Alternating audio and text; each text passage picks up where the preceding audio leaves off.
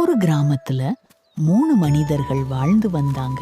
3 பேரும் கடவுளிடம் தினமும் ஒரு விஷயத்துக்காக பிரார்த்தனை பண்ணினாங்க.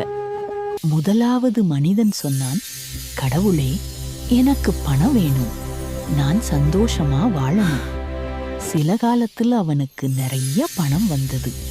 ஆனா அந்த பணத்தோட சேர்ந்து பயம் வந்தது. யாராவது ஏமாத்திடுவாங்களோன்னு, இழந்துடுவோமோன்னு.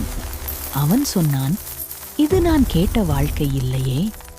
இரண்டாவது மனிதன் சொன்னான், எனக்கு மரியாதை வேணும், எல்லாரும் என்ன மதிக்கணும். அவன் உயர்ந்த பதவிக்கு வந்தான். ஆனா அந்த இடத்துல நம்பிக்கை இல்ல, தனிமை மட்டும் இருந்தது. அவனும் நினைச்சான், கடவுள் என் வேண்டுதலை தவறா புரிஞ்சிட்டாரோ. மூன்றாவது மனிதன் எதையும் குறிப்பா கேட்கல. அவன் சொன்னது இதுதான், கடவுளே, நீங்க எனக்கு என்ன தேவையோ அதை நீங்களே கொடுங்க. அவனுக்கு சில இழப்புகள் வந்தது, சில தாமதங்கள் வந்தது, சில வலிகளும் வந்தது. ஆனா அந்த ஒவ்வொரு அனுபவமும் அவனை பலசாலியாக மாற்றிடுச்சு.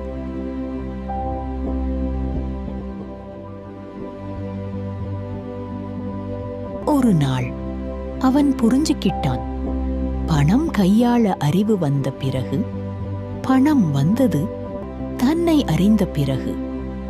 மரியாதை வந்தது தாமதமா, ஆனா நிலைத்ததாக சந்தோஷம் வந்தது. அப்போதான் அவன் சிரிச்சுக்கிட்டே சொன்னான், கடவுள் நான் கேட்டதை இல்லை, நான் தயாரான பிறகு எனக்கு தேவையானதை தான் கொடுத்தார். நாம கேட்கிறதெல்லாம் கடவுள் தருவார். ஆனா அதை ஏற்க நம்ம மனசு முதலில் வளரணும். இந்த கதையிலிருந்து நீங்க புரிஞ்சுகிட்ட விஷயம் என்னன்னு கமெண்ட்ல சொல்லுங்க. இந்த வீடியோ முழுமையாக பார்த்தமைக்கு நன்றி.